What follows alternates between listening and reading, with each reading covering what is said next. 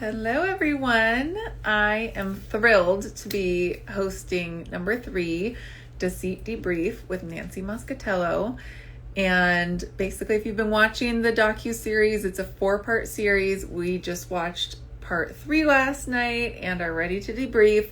We're going to host a very special guest in a few minutes.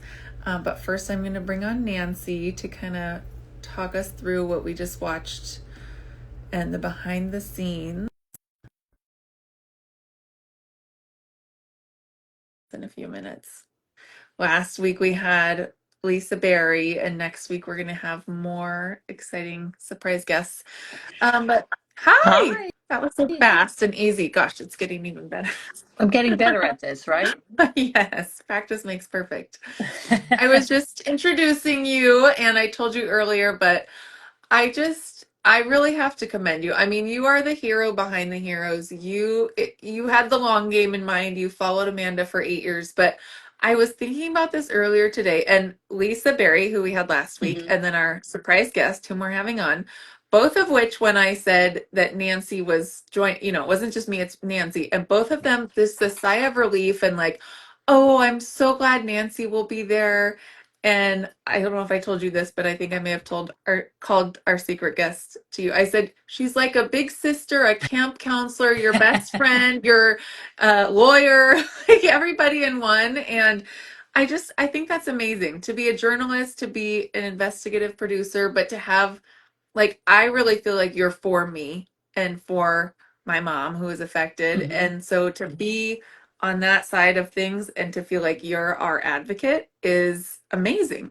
Well, yeah. I mean, I try. This has been such a long process, and there's been so many people affected differently, right? Whether it's the betrayal, whether it's the finances, whether it's just the friendships that were torn apart over this. It's a lot, and so I try and be available and talk to whoever because they all had questions. Remember, when I would speak to each person individually, they really didn't know how they fit into the puzzle. They didn't know what was going on with, let's say, Alita and her family, or Yes. we learned about Angie last week too, and she was a childhood kid. So they each had their own different trajectory with Amanda. Rebecca Cafiro goes all the way back to Peggy, who we talk about a bit more in episode 3.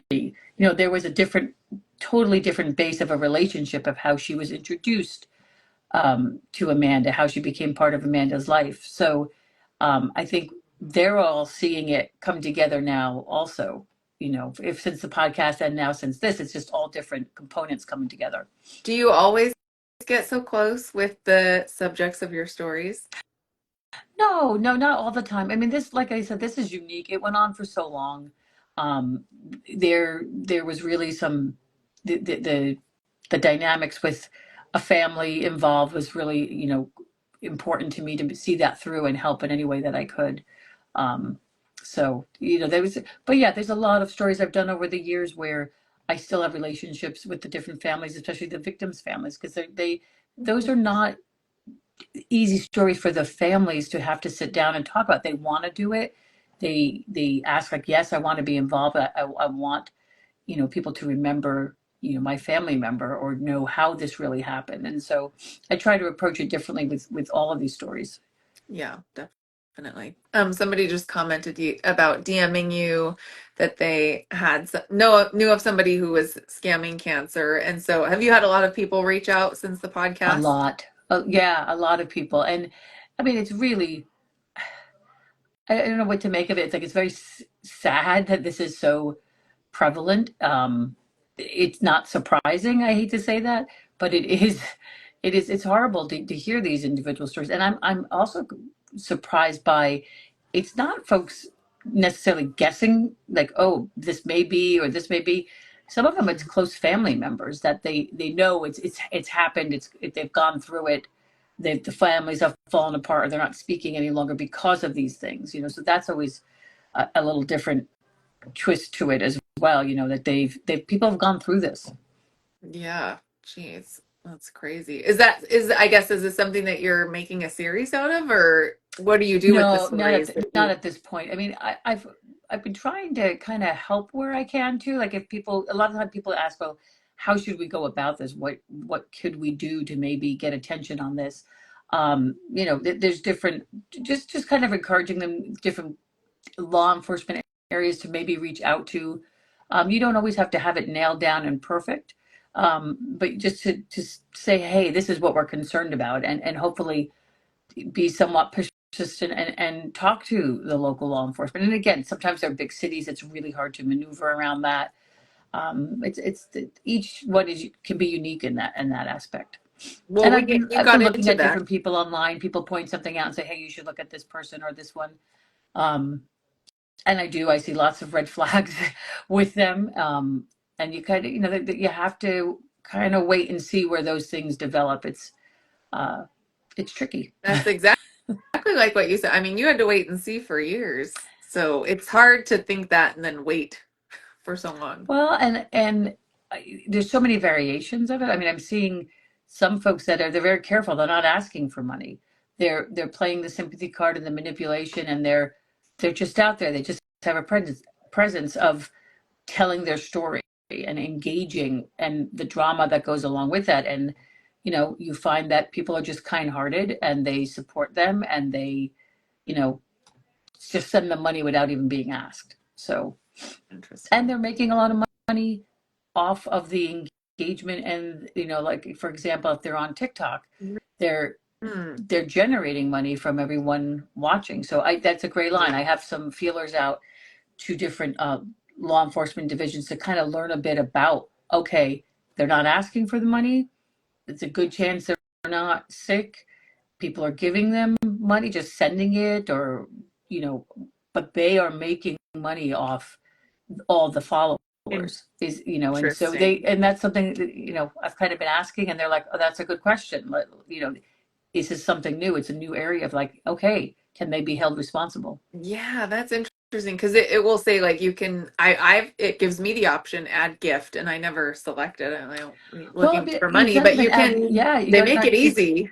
Yeah, on TikTok, it's like, you're racking up millions of views and engagements, and going back and forth and creating this drama. You're making money off of TikTok. Interesting. Yeah. Yes. What was that? I looked. Oh, The bust on Amanda's house must have been yes, very rewarding. yes. Well, That kind was of, it. but Was then to very see her rewarding. It was go to very work, rewarding, to say the least. but Um, then to see her like continue her life as though nothing happened must have been a bit of a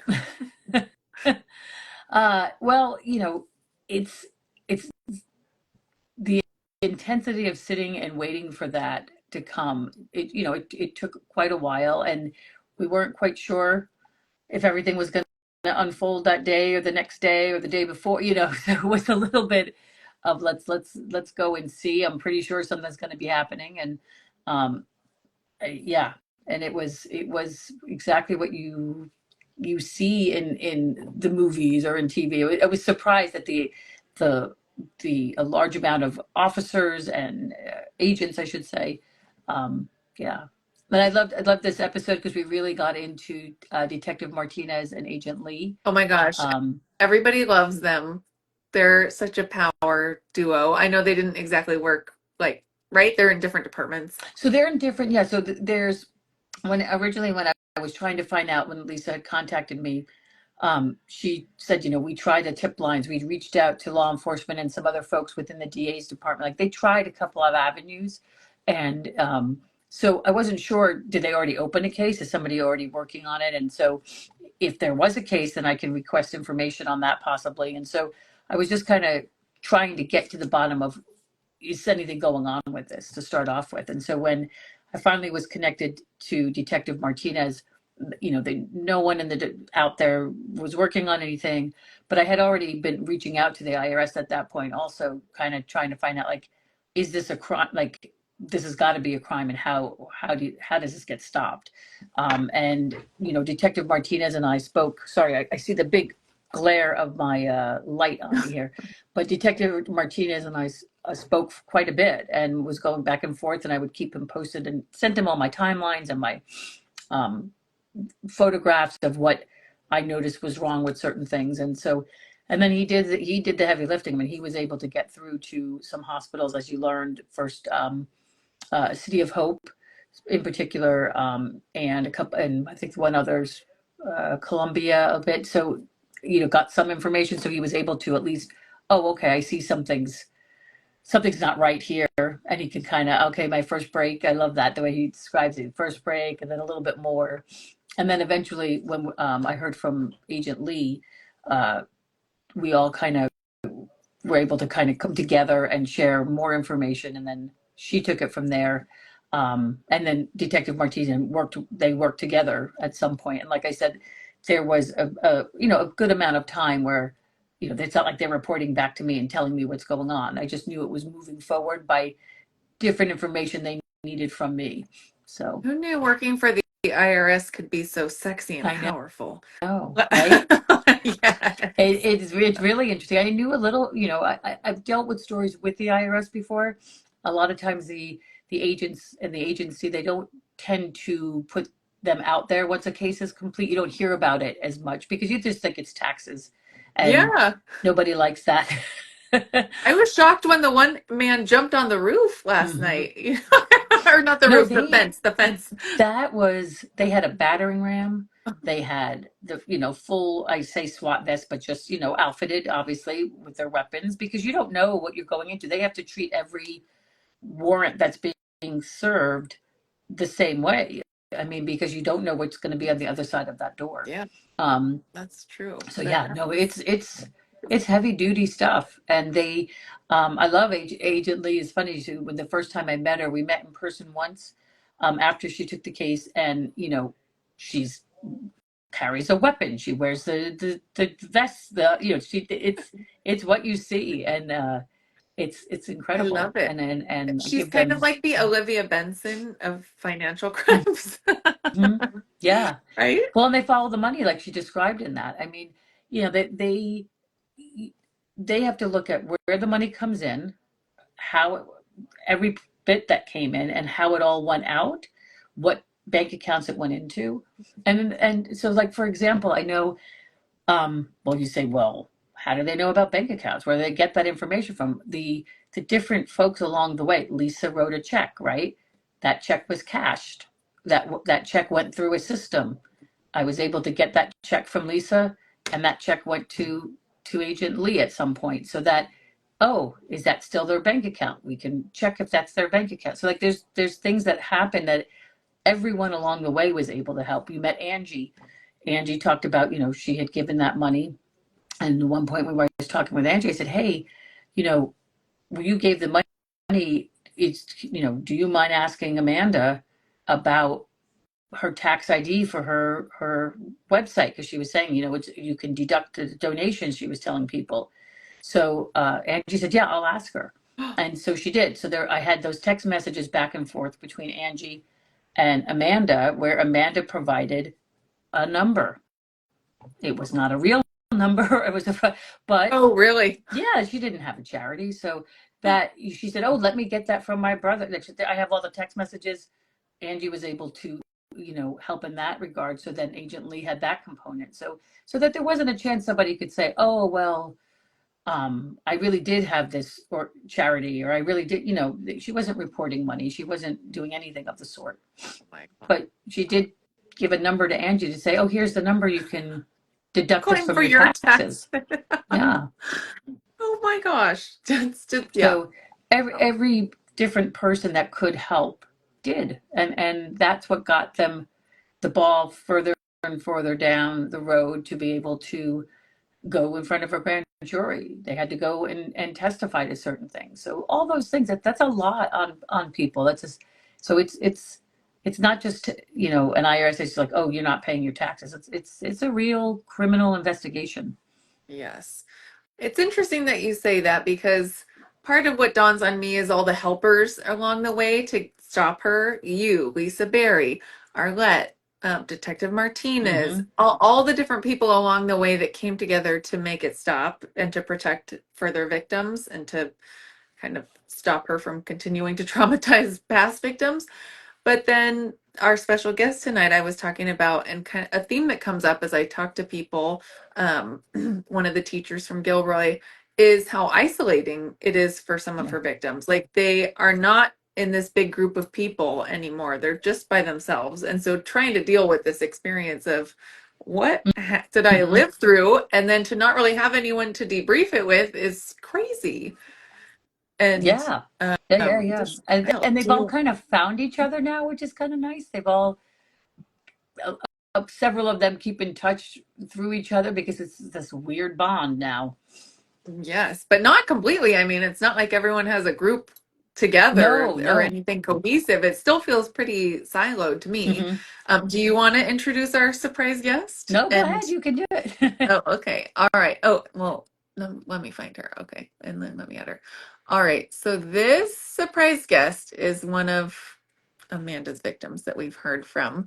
I wish I knew. Well, there she is. Yay!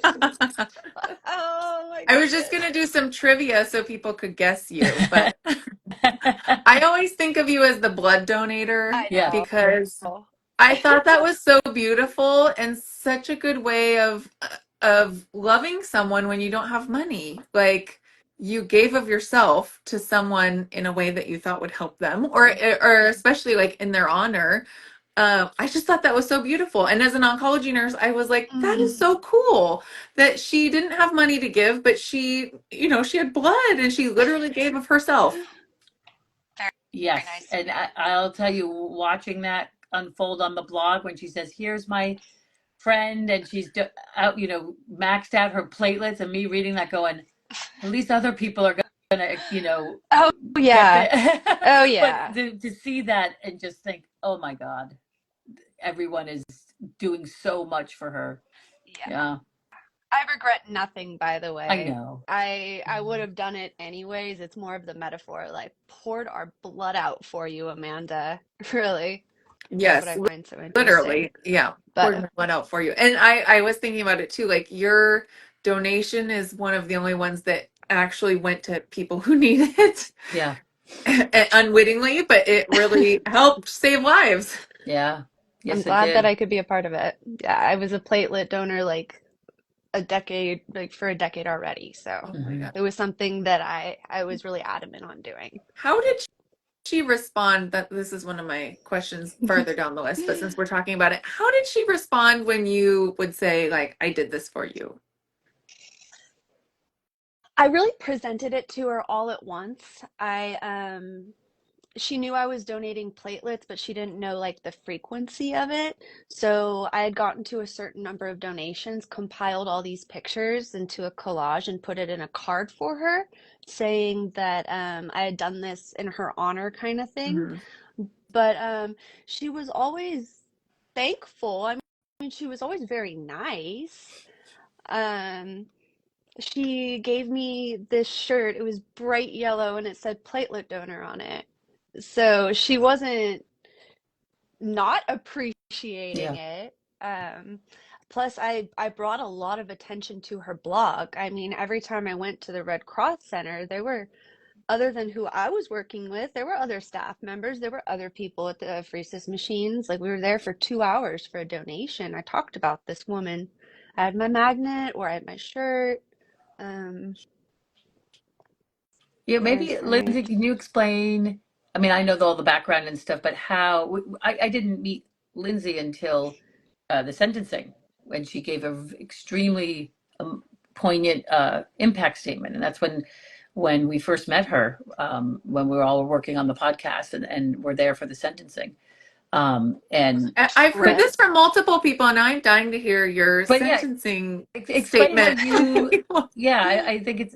I don't know if we touched upon it in both things that how your connection to Amanda through how you all came to know each other.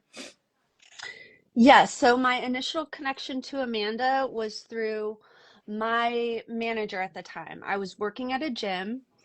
I had a manager who was going to this young adults group, which is called Encounter. I was an atheist, as I mentioned, And she just kept asking me, will you come to Encounter? Will you come to Encounter? And finally I was like, yeah, I'm kind of losing my actual mind here. I need friends, I need life, I need something. So I ended up going to Encounter. My boss at the time was extremely close with Amanda. Yeah. I'm not going to name drop her or anything, but they spent many years close, many formative years close, and they had a very tight relationship. So when I went to church and met Amanda, I had this perspective that now trips me out because I had this little weaselly way in to what was really happening by being so close to someone she was so close to. And Hmm. since I was the one she was bringing to church and I was just constantly there at her heels, I was sitting next to her, who was sitting next to Amanda. So I had this almost at times fly on the wall kind of perspective, right? And then in And, like, mhm, yeah, no, and they were very close. I mean, this was a very close friend of Amanda, and that's how Amanda got involved in the church as mhm, well, was through this very kind, very good person that just mhm, was trying. She was, I believe, they were roommates at one time and knew each other um, from college days and stuff. So they were just very close friends, mhm, and that's mhm, how I think they both got involved in the church. mhm. Yeah. So when you met her, did she have cancer already? Yes. Yes, she had very short hair. It was at Encounter. She was wearing like a hoodie. There was a part of the church where people kind of congregated and just hung out, kind of fellowship area called the Hub. So we were over at the Hub, and she was catching up with my boss at the time um, about her cancer, her chemo, and I was there just kind of listening along. Reflecting back now, looking in my mind for anything that kind of hinted me like, oh, that was peculiar. I think at that time when I met Amanda and it was me, my boss, and Amanda, I noticed that I wasn't involved in the conversation. I noticed that they were talking together and I was there. So while I did say, hi, Amanda, my name is Lindsay, nice to meet you, kind of thing, I was really the third wheel in this kind of conversation. And at the time, looking back, I can see how that was very controlled by her. And my lack of jumping in was more so me thinking, wow, I'm in this person's presence. I'm just going to stay quiet and just kind of absorb her. And I kind of took that to mean my insignificance in this matter was enough for me to just kind of stay back and just listen and kind of be an observer in that initial point of kind of being alert into her Yeah. story, if that makes sense. Well, it's like someone with cancer and her best friend talking, and you're not going to be like, oh, let me talk about something else. You're just like, oh gosh, go on, Hmm. please. Yeah, exactly. Yeah. So, I mean, But Lindsay was around for a good amount of several years before I think you left the church, because you left the church prior to her it coming out about her being indicted or anything yeah, like that. yes. So I am removed from the church. I think a couple topics ago you were talking about like the isolation that came with going through this process and all the hearings and stuff. Also heightened by the fact that it was COVID, Hmm. right? And so we're all Yeah. having a one-way relationship with the screen. Like I had no clue who would be there when we got to finally show up and in person be at the sentencing. That was just mind blowing. Hmm. were there a lot of Uh, people there? Yeah, there was a good amount. There was, I would say, because again, it was well, the sentencing was 2022. So by then, but then in order, all the original court dates where they go over before she had the change of plea, there was like 3 or 4 different court hearings that were all by Zoom.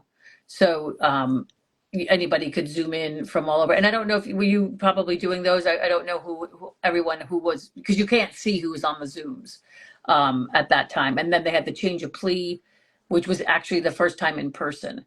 And that one was just if I remember correctly, it was like myself, because it's you go in front of a judge and there's a bunch of different people that get brought in, and it's one case after the other. But I think for that situation, I think it was myself, Alita, Jessa, and Lisa came at one point. Yeah, I think she came for the change of plea also. So there was, I mean, Amanda came alone. Like there was no Corey or her parents, or I think at that point, I who knows what she was telling people. I know when she came for the change of plea, she stayed with Lindsay's old boss because they were posting photos of them out by the beach and like enjoying themselves. I don't think the friend knew exactly what was going on because man, at that point, Amanda was telling people, oh, it was just a tax thing. I Mm-hmm. had I it. got that story. Did you hear that? Go ahead. What did you hear about that? I had a very similar story, and this blows my mind. And I hope they at least talk about a little bit of this in the finale, because after I got that letter from the Department of Justice, my jaw dropped. I felt nauseous. She called me. I said, nope, went to bed. In the morning, I was like, okay, let's do this. I want to talk to you on the phone. Because I had texted her, Amanda, I got a note from the Department of Justice that you faked cancer. I wanted to let you know. And so her verbatim response to that was, I will call you. So, long story short, we schedule this phone call because she is at an infusion center receiving treatment. She offered to prove it to me via FaceTime, which was really She did weird. It the was just something. same thing with Rebecca Cafiro. Yes. Yeah. Yeah, that's why it's so funny to hear these other things where it's like, well, shoot, she was doing that over here too. But yeah, so when I finally got her on the phone and she said she was running to the pharmacy and to get the boys and stuff like that, So did she she ever said, FaceTime you? no. I said I didn't want Oh, that. I okay. was like, no, no, no, let's just talk on the phone. I mean, I was just, um, oof. But she says it's all a big misunderstanding. She started off with, first and foremost, I want to say that I absolutely do have cancer. I do have cancer. 100% I do have cancer, right? She says it's a big misunderstanding. HIPAA makes things difficult. So all she needed to do was get the files from her doctor in New York. Once that was transferred, everything would be cleared up. She said where I went wrong was what could be called tax fraud, where I didn't know I had to pay money on these larger donations I was receiving. I was sick at the time, I was brain fogged, I didn't know I had to do this. Um, yeah, A pretty that good was, Oh answer, my right? gosh, yeah, it's so good. It yeah. is No, so good it because you hear is. about that. You hear about that like people anytime I like have hosted a GoFundMe when a friend's house burned down, I'm like, I don't know how the taxes work, but be careful. Like Exactly. God help you, you know. Yeah. Exactly. And it was so very innocent and it kind of went along with, of course. I mean, she had so much going Yes. on. And then her still saying, and I have cancer. I definitely was very weary on the phone call. I will never forget the way she ended it. She said, love you, girl. And I didn't say, I don't think I said anything. I was just Oh, dumbfounded. And then I'm someone's thinking, asking, did you you believe love that me? story? Did you believe it at the time when she told you about the taxes? I was so wary. I did. I did. But I think I just refused to believe otherwise at that time. I lived in a house of 8 people, and at one point my roommate was on the phone saying to his dad, "Oh yeah, Lindsay's friend faked cancer." And I went, "Allegedly." So I was still at that point where I was still thinking, how does one do this? How When is did this when did it possible? sink in? Was it at the sentencing when it kind of hit you? I was sitting on my bed when she pled guilty on the Zoom hearing, and I just, Oh. hearing her lawyer say that she shaved her head was my moment. Because I'm like, well, if she shaved her head, then she went more than 100% in on this. So And the that would have things been that during the change of plea, Tracy, when, because like I said, we went in person, but you could also zoom in and watch. I didn't Okay. know that you could go in person. I honestly had no clue that that was an Yeah, option. So that's very interesting to hear that people were there. Um, So her, oh, okay. So that was her the change of sentencing is when you were plea. in person and read an impact statement. Her change of plea, where she said she was guilty and she did not have Corey or anyone with her, was this change of plea, and you were watching it on Zoom, and you're sitting on your bed, and she says, "I want to change my plea to guilty." it was largely her lawyer was talking. She did say guilty. Yeah, So they go she through like a said checklist. guilty. They Mm-hmm. say, are you coherent? Are you on any Mm-hmm. medications? Are you like they Yes. have to, so you Yes. can't go back and say, oh, I didn't know what I was doing.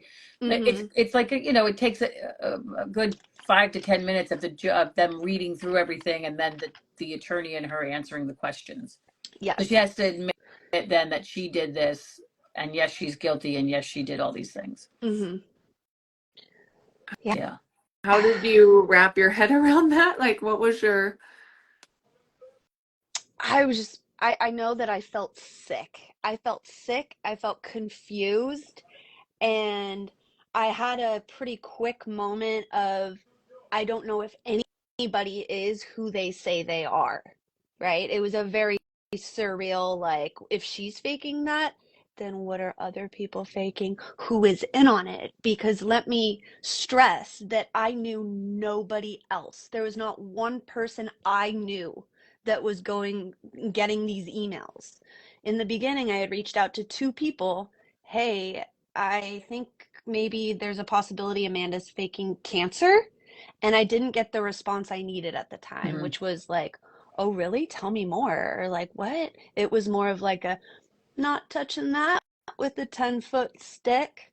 Or, well, I guess. I guess we'll just have to see what happens, kind of thing. And I was begging for the opportunity to be like, back and forth with someone about, like, the thing in my mind was the one time she said her port was infected and I saw her and she had gauze right here You taped saw the on. picture last No, night I on the saw documentary. We I showed saw it. her Yeah. in Hmm. person. Yeah, she in person was wearing just kind of like a normal like cami and had this square of gauze with tape on it. And I'm hearing her say her port was infected. Okay. In my mind, I'm still like, well, I think you'd be a lot sicker than this. You wouldn't be like so happy around the church right now, but okay, whatever, cool. Well, And oncology then nurse, what would happen with an infected port? I got a lot of questions, oncology nurse. Here's what I will say. Everything is so, like, okay. Another oncology nurse was messaging me last night, and Lindsay and I talked about this a little bit earlier. And she said, I would have caught on to that immediately. Like, if this girl was in my neighborhood, God help her, I would have called her out immediately. But I don't know. I don't know if it's the oncology nurse in me or what, but like with what you just described, I don't know. I could see them being on oral antibiotics and like just being a really chipper person and like pulling, just trying to forge through. And the things that it, because Amanda, I had hindsight. I did not. She was introduced to me by my husband, sat next to her at orientation, came home and said, I met the most wonderful woman who has cancer today. And I told her about you and that you would help her. And I was like, of course, anybody who's a friend of a friend, I say, give them my phone number. I'm happy to talk them through anything. And normally they take me up on it, or like I'll hear something, or if they, just need to get plugged in somewhere. I never heard from her. And there were several times where he tried to get us connected. And I felt like she was avoiding me, and I was a little offended by it. Like, oh, or just like, it's interesting that she doesn't even want to meet me at all. Mm-hmm. Oh, she was But the time definitely avoiding you. Yes. Yeah, for sure. For sure. the time that I heard about her and saw photos, it was presented to me as, do you think this person is faking cancer? So I had that hindsight Okay. of it being a Yeah. question. And what I saw was like her head was shaved, but it was, when people lose their hair with cancer, it comes out in clumps and it's kind of grows back Yep. patchy. And so hers looked very healthy and uniform and like somebody had shaved their head. But I remember thinking, I don't know what chemo she got, if it's 100% alopecia, like maybe she shaved her hair. Like I just couldn't, it was never enough to say she's a faker. And and then a picture that she shared where she said it was her port. I remember looking at it, and I'm an oncology nurse. I didn't recognize what it was, but I thought it's in the right spot, but it doesn't look right.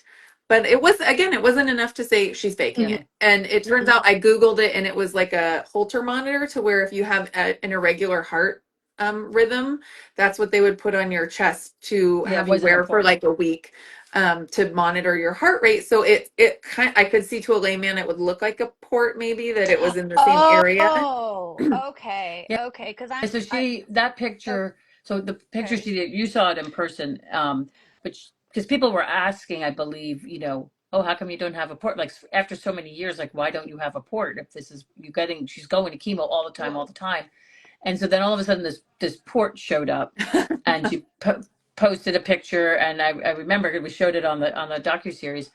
It's all black and blue and really looks beat up. And then that was like taped on and it was like white, that monitor type of looking thing. And so that Okay. picture, I remember Oh, that was, she had known about me, I think by then. And it was funny because she posted the thing saying, oh, the part's infected. I have to get it taken out. And that it was a Sunday and she got it supposedly taken out that morning. And then she was at like a gala at the church that night with a dress that covered that area and everything. But I remember because I think Alita and I talked about it. And again, Jessa was going between the houses, or I think at that point, and she had talked to Jessa and she said, oh, I heard, Amanda got her porta taken out or was infected. And she's like, no, she's getting ready to go out, So like there was a lot of like little behind the scenes things going on that it was interesting at the time. But yeah, she just took the picture, she posed in the bathroom with this over the top bruised up Well, hmm. the picture. bruises, I don't know what, I mean, a Holter monitor would not give you a No. bruise. So, Well, yeah, she I was mean, saying that was her chemo, a port for her chemo, and I yeah. guess she thought infection, she thought it should look like a bruise, I guess. But what sticks out in my mind in my moment is I saw it later and there was no scar. There was no indication that there was any disruption to the skin.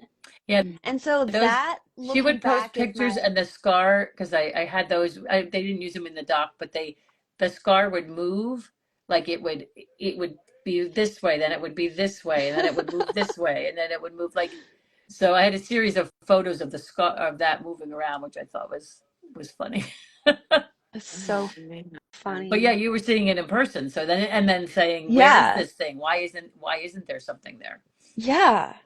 But Lindsay, like the talk why about, is will you talk about when you would hear her talk, or you would see something online maybe that didn't quite sit well with you, but why you wouldn't question her? Like you mentioned to me earlier, I didn't know if she was wanting to talk about her medical situation, and so you wouldn't necessarily question. Like I think I had asked you at some point, were things not adding up, or like what signs were there to you along the way? during the time, I'll just say it, I had no clue she was faking cancer, right? I think I said to you earlier, I will never, ever, ever watch another show like a cult documentary and ever think something like, well, they're dumb. Obviously, this is a cult. Obviously, that's like this or that, because you're not seeing it all laid out like that. Nancy, you spent 10 years plus laying this out in a way where we can see the timeline and we can see, of course, she's faking cancer. But being, here and there, you're not getting the full picture. Yeah. But I think we know that this was largely based on her controlling the situation. How much is she disclosing to who? But the simple ways that she can brush off anything where maybe an oncology nurse would go, well, that's peculiar, is honestly playing on the weaknesses of Western medicine. That's confusing. I don't know. My insurance is this or that. Or conflicting information between the doctors, or I really didn't get the right information. I can't remember. I don't understand these things anyways. like all these different ways she can spin it to be like, well, shoot, I don't know about that, but anyways.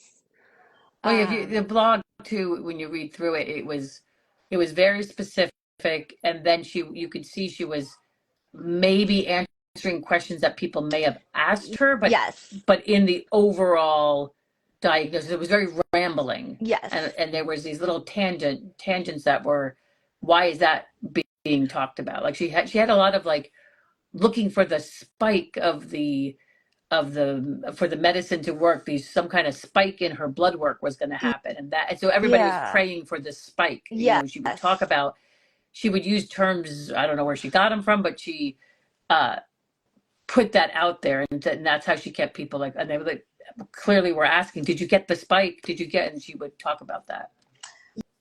Yeah, and I just noticed like it is so interesting what she just chose to disclose to who, because there's a very huge difference between saying I have cancer and saying I have subtype diaphragmatic lympho 3B mutation removed, this and that, right?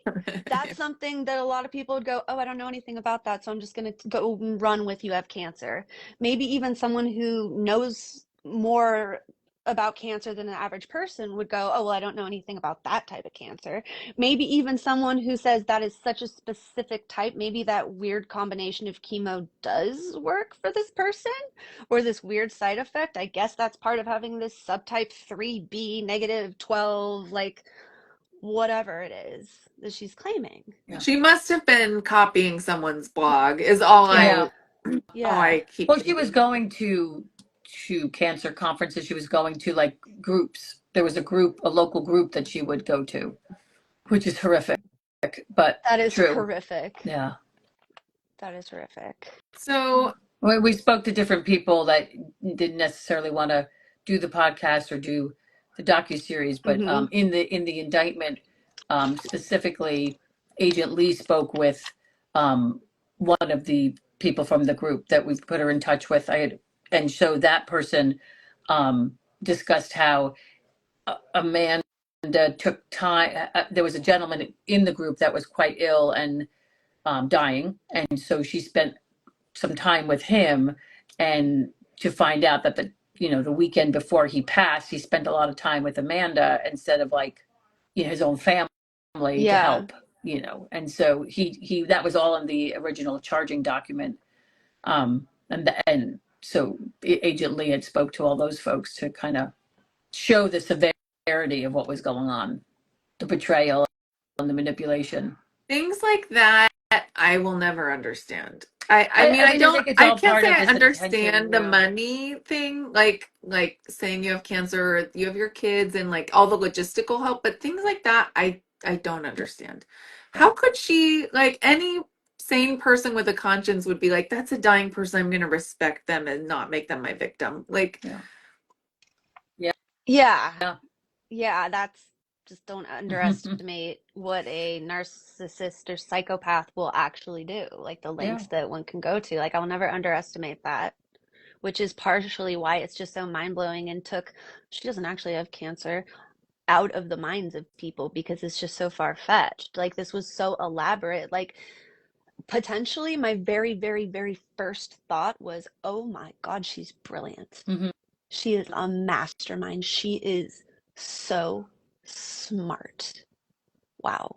I I thought that as well. It's a good lie. I think our is it Arlette Agent Lee Yeah. said mhm. something similar, like, oh, it's or was it Perfect Detective crime, Martinez? right? Perfect Yeah. crime. Well, Yeah. we laughed about it because it is and it isn't, right? She put so much information out there was something that we could latch on to figure out she was lying, right? If Hmm. she maybe stayed a little more vague or a little more uh in the back instead of at the front constantly, maybe the attention wouldn't have been drawn to her so much. But then she wouldn't So, have gotten so Yeah. much money.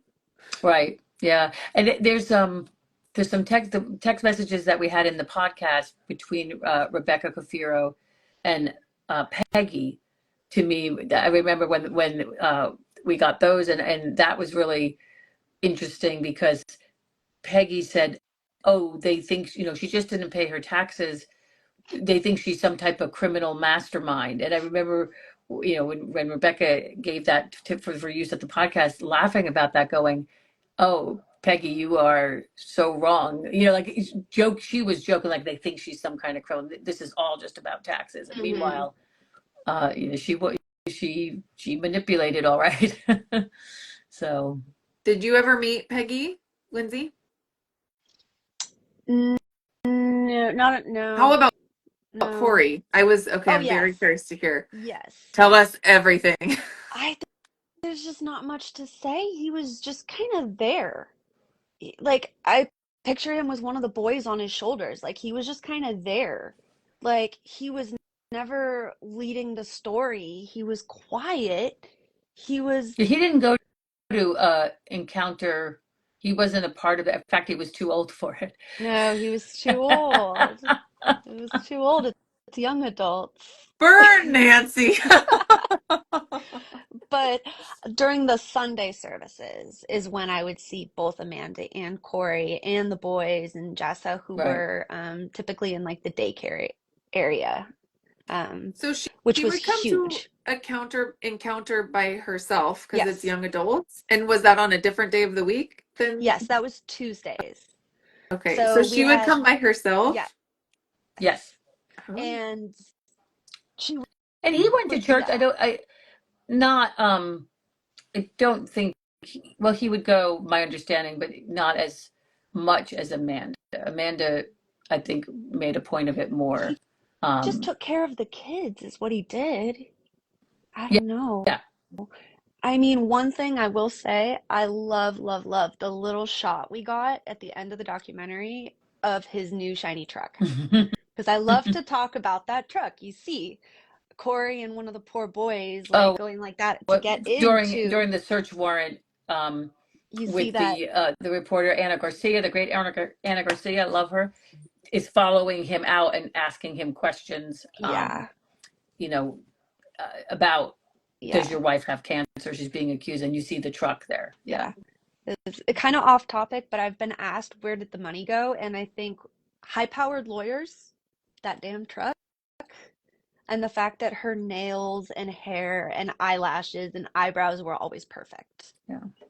Interesting. Just But kind Yeah. of Well, you like, say high power. It didn't go to you don't lawyers. I can tell you think that. so? Okay, No, because that's what I no. was thinking. I was Yeah. like, No, she didn't have high okay, powered attorney. When Alita meant that, like, so the one she had for the family court, was from somebody that was a member of the church that I believe, if not pro bono, was extremely generous with their time. oh, And I'm oh, sure they paid some things that as they could, but remember, they had makes no money. She sense. was dying of cancer. There was a Oh, lot of sympathy and help. that was when you something that don't think came it up a can get lot, worse. like that people donated their services, Yeah. Yes. like like any kind of service that they would have needed for their lives. Like people knew their stories, like the daycare, like Mahasti. It was like, oh, for Christmas you don't need to pay me, or Yeah. I'm gonna keep the boys extra late. Somebody just asked, if she wasn't going to cancer treatments all the time, why were the boys in daycare? Because she says at one point, I can't be their mom, I can't watch them because I'm going through cancer treatment. So where does anyone know what she was doing when she was not working or not? She was home. Emergency rooms? Yeah. Oh, she would go to, cruise around to different doctor's appointments. I mean, if you remember last night in episode 3, Arlette says there was thousands of Yes. pages of Okay. medical doctors. So they had insurance. That's, first red flag, that she had Kaiser insurance. And also, and that was like, I knew that watching this, because in the family court documents, he supplied the insurance for Jessa too. Like I knew via Alita, they had Kaiser. So why is she going to all these other places or saying she doesn't have? And then it was like, oh no, I have insurance, but I need to go to New York, or I need to go this other place and this other place and this other place. So, um, you know, Sorry, I thought of so something. she's Go able ahead. to go to doctors at Kaiser for, yeah, whatever that costs. I mean, usually it's a very Minimal. low amount, minimal. So she was making appointments left and right for all kinds of stuff. So that's why they were, so she said like there was thousands of records. It doesn't mean she was going for cancer. It's, going for whatever. Yes. What did you just think of, Lindsay? Oh, shoot. I'll have to rethink of it. Oh, yes. I forgot that same phone call when she told me that she absolutely did have cancer, she explained away the New York situation. Yes, tell us. Yes. And I think Nancy, you and I might have talked about this a little bit, but Yeah, and when you're done, I'll add to that because it was something. So it go ahead. was Let me hear what. something. Yeah. So on that same phone call, she says when she went to New York, it was for that last chance medical trial, right? This is what she needed to save her life. So she said she went there, she has cancer, she went to the trial. The first day they did all of these tests, right? She was poked, she was prodded. It was a long day, it was exhausting, it was hard. But mostly they gave her something or did something that made her feel very unwell. So she says she went to this Broadway show and she left a little early because she wasn't feeling well. She tells me that she passes out on a bench in Central Park and wakes up at 3 a.m. freezing and alone. She said at that moment, she realized that she was not going to do this trial. It was too much. It was too scary, but she was also grappling with not wanting to tell everybody that she was giving up, right? That's what she said. She said, I would be telling them that I'm essentially ending my own life. I'm giving up and I don't want to live anymore. And people are rooting for me to be here at this medical trial. So I don't want to let them down in that way either. They've spent their money for this. Um, Yep. so that's how she explained away. But then also saying that her doctors in New York, well, I guess I don't know. I don't know. Well, and to that point, I find that, yeah, because when I went to court with her, we had subpoenaed documents from Colombia because we were able to. And so with that, they said, well, we don't have any medical records. We can't give you those anyway. But what we can give you, which is in the personal file. Oh, I love this. I love Yeah. this. And so we had this letter, and my lawyer that was representing me was brilliant, and so she held on to that letter. We did not put it into as an exhibit. And so what she did is she used it to impeach her on the stand. What she did is she had her talk all about um, her clinical trial in New York City, how many times she went, the different drugs she was on. Like, so Amanda took her through, yes, I've gone 8 times, I said, and I had a relapse and, whatever. And then she presented the letter to show that she was lying, because what the letter was, exactly to Lindsay's point, the letter was, when I had spoke to Columbia and I was asking them all these questions about their trials, I had sent them the blog. They said, listen, we cannot talk about anybody. I said, that's fine. Just tell me about your procedures and your trials or whatever. So they had her on, they then knew about her. They had sent her a cease and desist letter and said, stop talking about us, stop whatever. So she Leave us responded. alone. Yeah, she responded with a letter which which said, I'm so sorry, Dr. So and so and so and so, like that I've wasted your time in making appointments with you and coming there, because I truly have cancer, but I decided I was not going to participate in any clinical trials, and I did not want to let my friends and family down. So I lied to my friends and family that have been paying for me to go back and forth 8 times, and I told them that I was getting the treatment and I should not have lied to them, though I do have cancer. So it's Yes. along the same Yes. lines.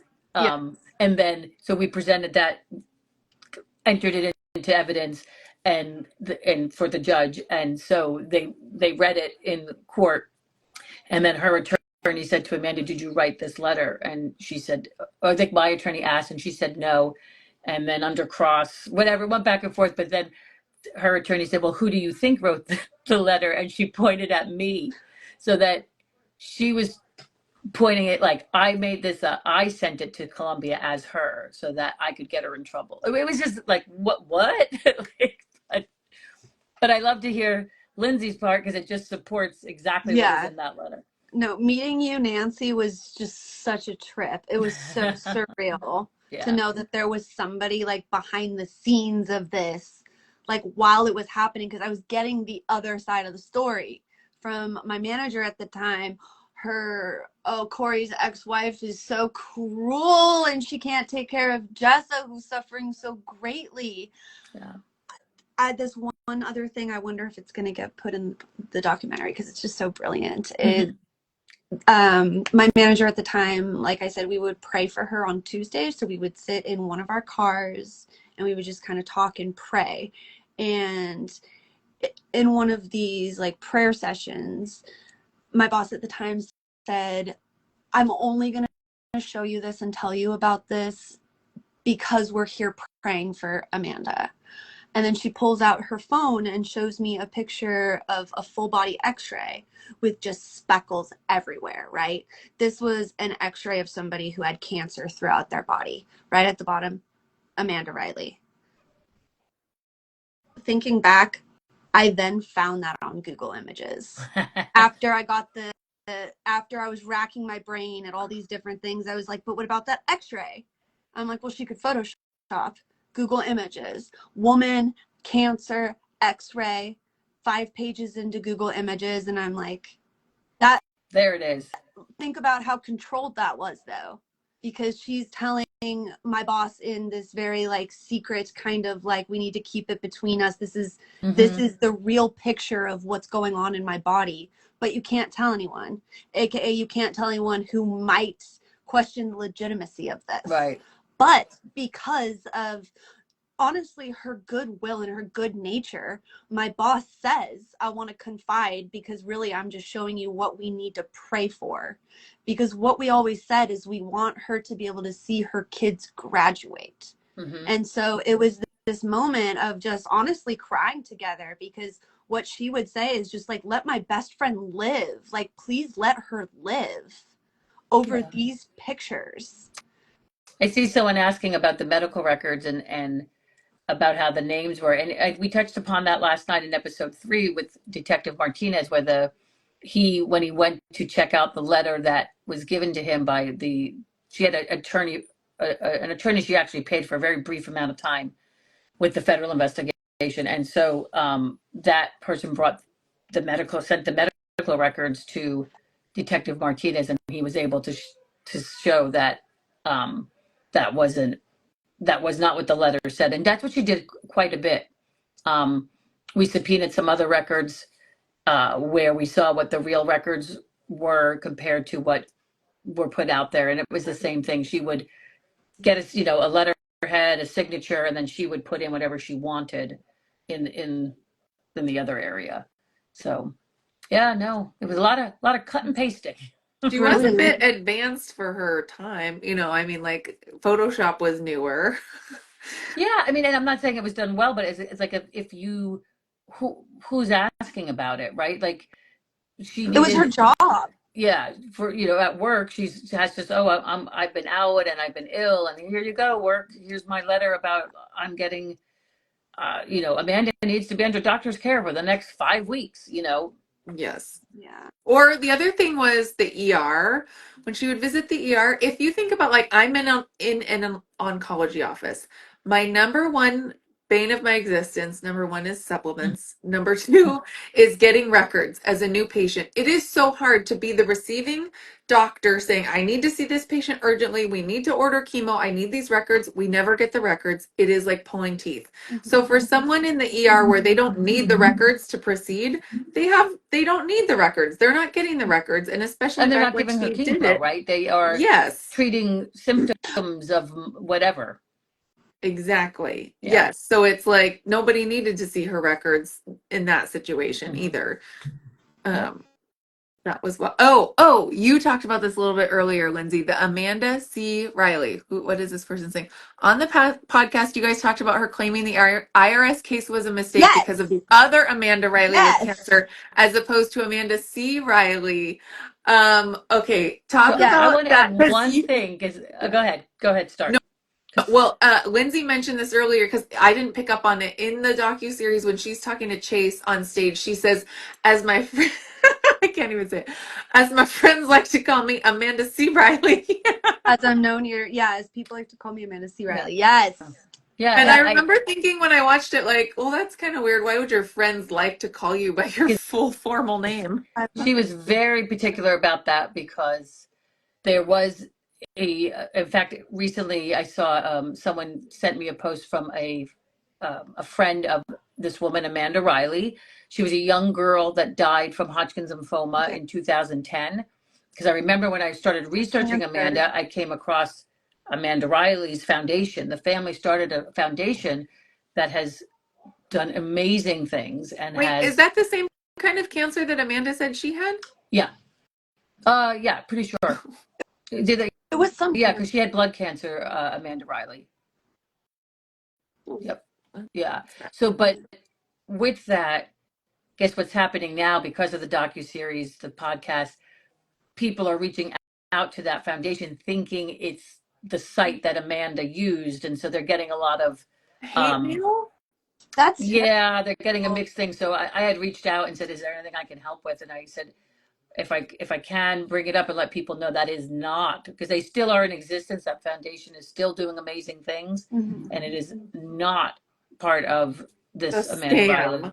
scam. But I think she was using the Amanda C. Riley to draw that distinction so that people wouldn't give to the wrong Yep.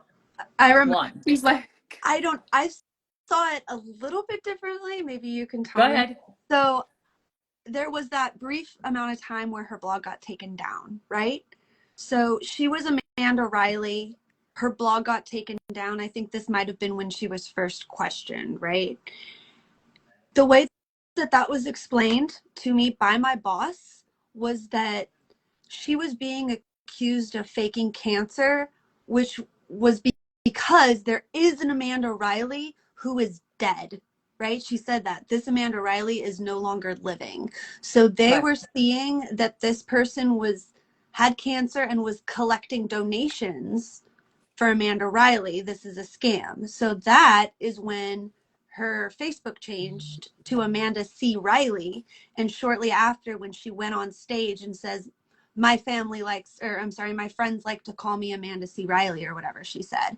I noticed that after the fact. I'm like, that matches the timeline of when her blog went down for like 25 minutes or whatever. was Mm-hmm. that related to you, Nancy? You think the blog coming down always had to do Yeah. with? And Yes. that's another thing, just to say, like, all the nuances of people thinking, oh, I would have known. It's like, but you're seeing this blog because it's been traced down and because you have it, Nancy. This is not Right. available. You can't go back and see these things. You couldn't, for a long period of time, see them at all because they were removed. We only have that fight song video because, I don't know, someone was able to get a hold of it because I sure as hell couldn't find it when I wanted to. I have everything. You have everything. I love Yeah. that. I mean, I saved everything from day since I started. I will say, had I not rage deleted, I would have so much more. If I wouldn't have gotten angry and deleted every conversation with Amanda on Facebook and text and like got rid of all of the pictures of like, I would have so much more. I told Simone that via text. I like this question. What was your first impression as far as Amanda's maturity level? Mm. Amanda played the part of the impish, naive, cutie, type of person. I don't know, like if always fawning over her husband and like giddy, and I don't just. I wouldn't say that maturity was it at all. I think if you see in some of the old footage that we had from like 2015 when she's talking, she seems very, I want to say childlike, but I think she kind of lived in this little bit of a fantasy world to me. I don't know, but she didn't strike me as someone like taking charge of her life and her treatment and her, I don't know, it was a weird balance to me. What was your take, Lindsay? What did you think about how mature she seemed? So I was like about 22 or 23 at the time.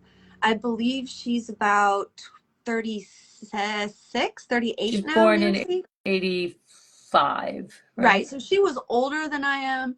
And I really thought, of course, she was more mature. You know, she had family. She was this real adult. And I'm literally trying to figure out how to get by my day to day.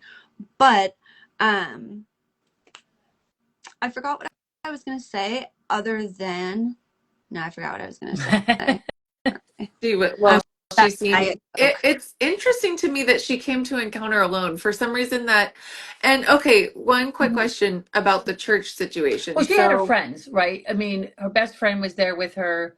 There was a large group of friends. Is Corey A A lot. was too old and B was probably home taking the kids. And I like to keep saying that he was too old. I'm too old for Encounter, I'm sure. I see a But lot of people okay. are curious about Amanda's mom. Um, Yeah. you know, Peggy was interesting, like just like we talked about in the docuseries. Uh, Rebecca Kafira and Stephanie Davis, they were friends with Peggy. That's how they knew about Amanda. So they had a way more interaction with Peggy.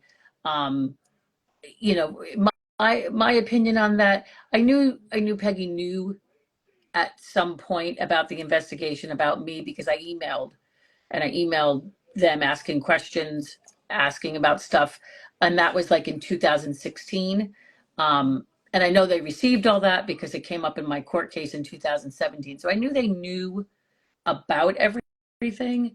I don't think they were in on it, from the beginning. I don't know if at some point they didn't know what to do with the information and they couldn't wrap their heads around that this could be happening. I don't know.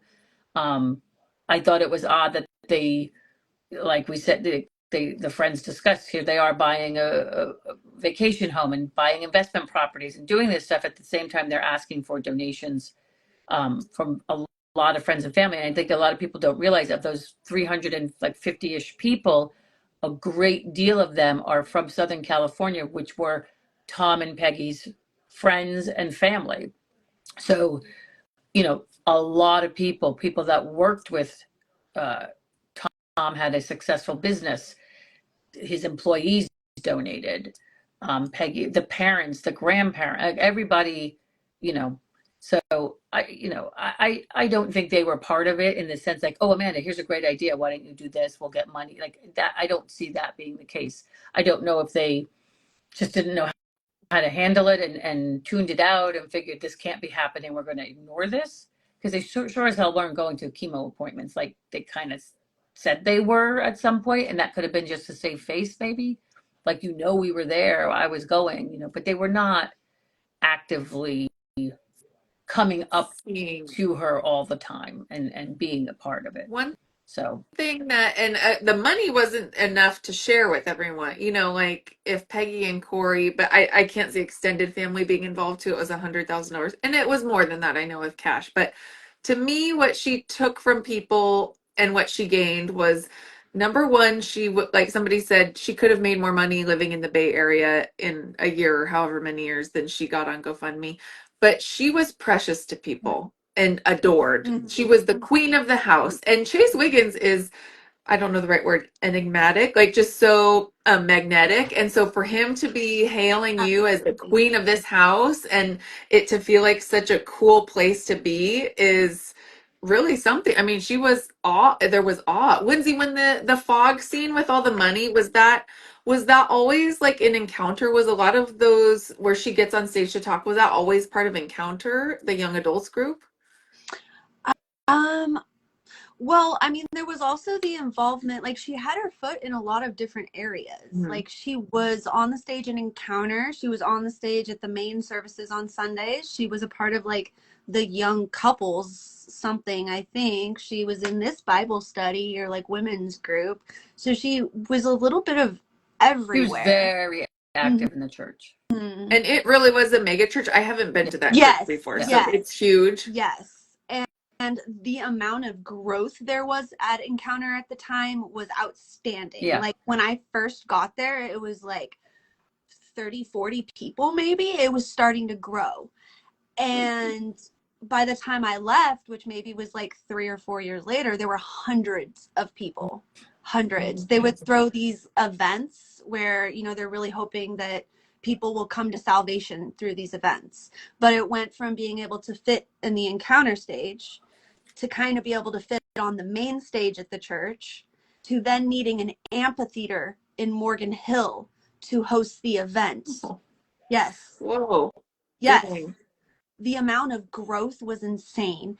And just to emphasize, this is not church like you might think. There were no pews, right? This was lively. It was just like music you'd hear on the radio. People Well, they were had bands. jumping. Someone It was said, "What about the fog?" It was fogs and literally lighting and colored lights and yeah, literally like these people who were behind the scenes, because there were a whole the leadership and all the volunteers. I was up there when I left Encounter. I was like wiggling into the leadership position, but the people making this happen were excellent at what they do. yeah. So like the fight song video, that is because a couple talented people at the church wanted to do good, right? It's just an example of the kind of like expertise there were in certain areas of the church. Like the person who did the lighting and knew how to do the lighting. And it's just everything was big budget about this church and the productions put on. And just, you know, the way that you can change and shape the environment to be this real visceral, tangible, I'm feeling something. It feels like love. It feels like connection. It feels like this is a place where I can learn. These people know more, or like the spirit in the room knows more. I'm here to listen. I'm not here to challenge. I see someone asking about the short blonde hair video. It was done by someone that was a member of the church, but it was done outside of that. It was done. It was always described to me. It was funny, and people had when all this was, knew that people knew about me, and when she got to be the principal at Gilroy, when things really exploded over there, the folks I was talking to there, they said, we know someone that has this video, and they've always described it as like almost like she wanted to do a video for her kids after she's gone, like not an end of life, but kind of like a legacy video, and for her to talk about herself and her journey so that her family and friends had this, and that she had asked to be able to do that kind of thing. That's how it was described to me, which I was like, oh God, I need to find this. Like, are you kidding me? Like, what is this? Uh, um, so that's how I was told this video, what it kind of why it was made. But yeah, it was through somebody, not, it was a church member, but done on the outside.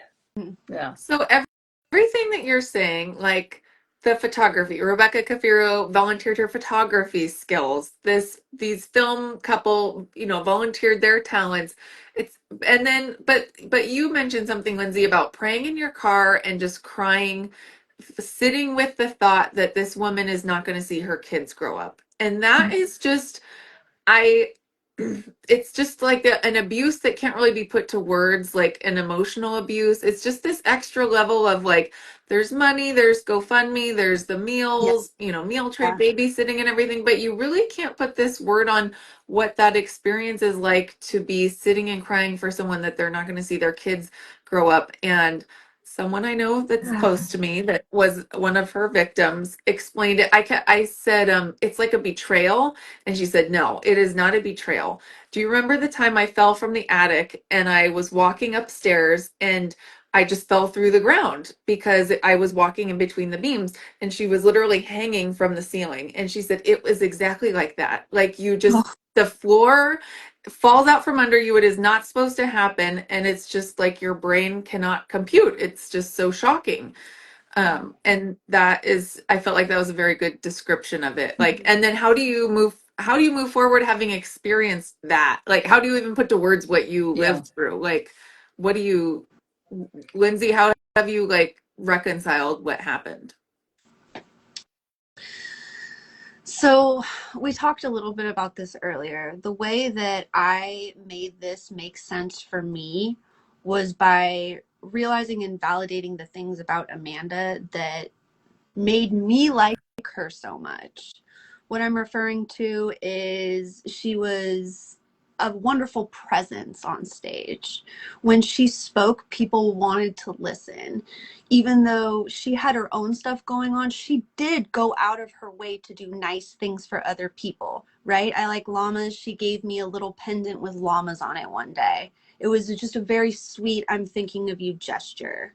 Um, that's all signs that someone's a really good person. And as I wanted to emulate that, right? I wanted to keep these things about Amanda that I really respected and was drawn to, and take that into my life while not faking cancer. I see someone asked, have you been able to make new friends now? And how hard has that been? I have so many friends. I love my friends so much. Not everybody's bad. Yeah, there's some bad, and it blows my mind that somebody could fake cancer like this and that people are out there like this. But I don't meet people and wonder if they're lying. Like, I'm thankful that I've been able to shape this into something positive, which is trying to find a platform similar to hers where I can talk and share and be sunshine and be there for people without being a felon. Yeah. It's I like to see everyone growing a bit from the experience and not letting it change them completely, where they're not the genuine good person they were that was helping someone like a man. Take the faking part out. Everyone that gave and everyone that helped, they did it because that's what you do, and you want to do it. And I think most people said that hasn't changed with them. um Maybe they're a little more skeptical, but that's okay. I mean, there's Yeah. nothing wrong with that. But Yeah.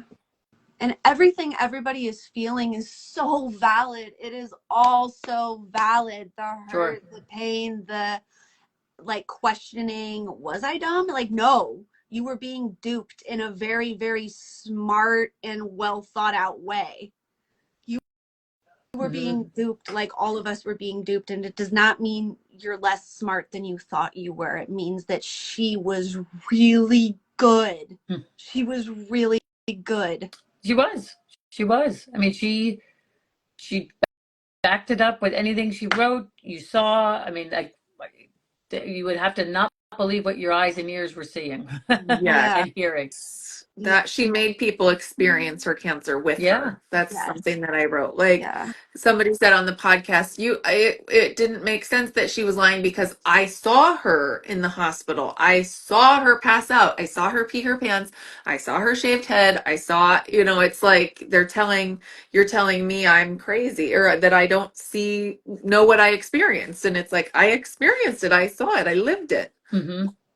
Did you Yeah. have that experience, Lindsay? You felt like, no, I saw. I mean, yes and no. Yes, because I mean, it's a lot of dedication to fall on the ground and piss yourself. Or Um, pour water is Nancy. I don't know. I mean, I know she told the internet that she peed herself. Yeah, she I, did. I think well, yeah, that was her go-to statement. Um, yeah. you know what? I knew She also another. went to the back to get water, right? She went Yeah, back, she she did. needed some water. She went to the back. Next thing you know, she's on the floor. There's pee, whatever you want to Yeah, call it. And then she was very proud to post, I can't believe I peed myself. And then it happened two more yeah. times in her blog. It seemed like she was Uh, fainting and peeing everywhere. But it was like at work it happened when she was working I at the mean, Lymphoma I Society. think it's just another level of she couldn't possibly be faking it. Right. Who pees their self? Well, that I think that's part of it. It's But that if anybody's going to doubt me, if I put this little bit in there that's like so Personal. embarrassing, Yeah. right? um, That who would ever lie about Someone that? exactly. You know, I said, think it as was just another technique. someone said, as someone who has fainted many times, I've never peed. Yeah. I think maybe she got confused that people who have seizures sometimes can urinate, but I also think that's how she got the Holter monitor, is how the fake port, because if she said she was passing out All all the the time and time. peeing, then Yeah. they would need to investigate. Right. I mean, I can Exactly. speak to that Yes. too. I did a AMA on the ScAmanda podcast Reddit page, and that was really fun. But when I was asked, like, how did she fake this? I can give you an easy example. I'm anemic. I can't take iron pills. They make me feel like crap. I've been to, and a couple months ago was at an oncology hematology center, not because I have cancer, but because I have low iron, right? I had to go get an infusion, a high dose iron infusion. That on my appointment reminder said chemotherapy. They told me you're not getting chemo. When it's billed, it looks like this. So in my phone, if I were to just take a snapshot, I have Lindsey, 3 p.m., chemotherapy, infusion center. I sat in that room with a bunch of people receiving chemo. One had a port right here. I Right. sat next to people getting chemo while I received high dose iron. On top of that, because I also do have a ton of medical issues. So I've been to the ER like, hi, I just fainted. Fluids? And they're like, yeah, here. Like, in my medical issues, whether I felt it was necessary or not, I did have to wear Holter monitors, right? Even when I Yeah. Yeah, you had sparkled. you have every single piece that she had. You could make your own blog Yes. with Right. everything that she. And not to like go crazy with it, but I was mirroring her hospital stays and her medical whatever in a very strange way, because what she was doing so public and so visible and so loud about having this physical illness, I was doing quietly and shamefully with an eating disorder. So there was also this really strange juxtaposition of her loudness, my quietness, and how it really looked similar at times, Mm-hmm. right? It's just, One time, didn't you say that she called you and said, "I heard you in the hospital. I'm in the hospital too." yes, about a month before I found out she was being charged with faking cancer. So, yes, I was in the gastrointestinal unit at Stanford, and she reached out to me, told me she was already 100 days in at the Gray Walled Resort, is what she called the hospital. It was the Gray Walled Resort. Um, she had just been transferred to a hospital in Irvine so they could better take care of her. So she went from Northern California. This was all, and by then the blog was down, but Mm-hmm. she was posting on her Facebook. So I have all Yep. that too. And it was like she was claiming to be in there for 100 days. Mm-hmm. Um, But what? she I was mean, we not. live by Stanford. Yeah. Why would what would I don't even know how to form a question. Why would Exactly. Someone said she had to one up you and be the sicker one. well, but Exactly. also Yes. like that what hospital, we're near Stanford. Why would anybody pay to have a patient transported like 6 hours away to Southern California? She Like, said that they were better equipped to handle her. And I thought that was She had to be interesting. able to explain why she's in a hospital 100 days, but nobody can come see Yes. her locally, mm. But right? So she had to yes. be somewhere else. Yes. Yeah, I don't know. But I mean, I told Tracy this like maybe 6 months before I got that email from the Department of Justice. My mom said, "Hey, your friend that was faking cancer, whatever happened to her?" And I said, "I don't know. I guess she's still Not kicking." faking cancer, right? Your mom thought she had cancer Oh, at I'm that time. sorry. Yes. What happened to your friend that has cancer? And I'm like, I guess she's still kicking. And then, yeah, just to jump ahead 4 months, and then I'm in the hospital, and she's reaching out to me saying, like, I see you're in the hospital. I wonder if she said that she was hospitalized in Irvine because I had also been hospitalized in Irvine. She said that she was dealing with a complication, blood clots. And I wonder, did she say that to me because I had blood clots? Like, just these really strange ways. I wonder, like, how are you experiencing all of that and all of this too? That's Yeah. something That that was a common thread. She would pull, Yeah. yeah. in prison there's somebody who was in they call it FMC or Carswell, or Nancy, what do they call Just the facility? federal prison, Carswell, yeah. Okay, Carswell. There was someone who was in Carswell, and she said that Amanda, literally, they would get a new inmate who had a pacemaker or who had lung issues, kidney disease, and within weeks, Amanda would have the same ailment, like, but all these different crazy things. And I'm like, literally every organ is affected if she has a pacemaker and kidney disease and lung disease and Heart. blood clots and a heart problem, like everything. And it was just like Yeah. she, whatever they would say, she would piggyback onto. And Yeah. I realized the way people can, like, maybe feed her information too, because then I said, oh, so you must be on Coumadin, right? Oh, and then Right. she's So like, she yes. didn't have to go, what's my blood thinner? What would the process be? I said, oh, so you're probably doing this obvious protocol for what you just said you're experiencing. Interesting. Yeah. And then she can find out how they're feeling or what they're experiencing, like going to a support group. Yeah. And then just It's hard work. It's dedication. Yeah, it's a mix of One of my everything. favorite quotes from this whole thing was Penny Fraley. She could have done anything, but she did this, like with Yes. how much energy and everything she put into Yep. it. Ladies, thank you so much. I know we are like way over on time, Yeah. but I could This talk is to you so both all night fun. because I love you both and you're wonderful. But Nancy, somebody asked, and I do want to circle back to, Yeah. it keeps popping up like in my mind, but does the docu-series, is it going to get into how Amanda came after you and tried to serve you with a restraining order? Yes. Like, A little bit. Yes. The next episode 4. okay.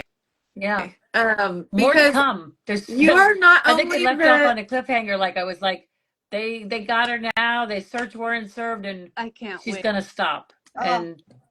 And that was not the case. So you learn a She lot more. did Yeah. not stop. God. But yeah, Maybe you don't are mess with Nancy. basically, you're like her, you were the investigator behind the scenes, and then you became her victim. You became one of her biggest victims. And I told my husband, I was like, thank God that Nancy, that could have ruined your whole life. Like financially, that could have bankrupted you. Having someone sue you, a restraining order against you, like having to pay for a lawyer for that is something unfathomable. I mean, and I've had to be careful about that. Even just with these, I'm like, oh, I need to be really careful about what I say, like nervous. But the fact that that could have just been your whole life. I don't even know how to put into words, but like, Yeah. It's more the your reputation for the work I do. oh, Yeah. That's even for me. That would have been even more of an issue. That that's the last thing you want.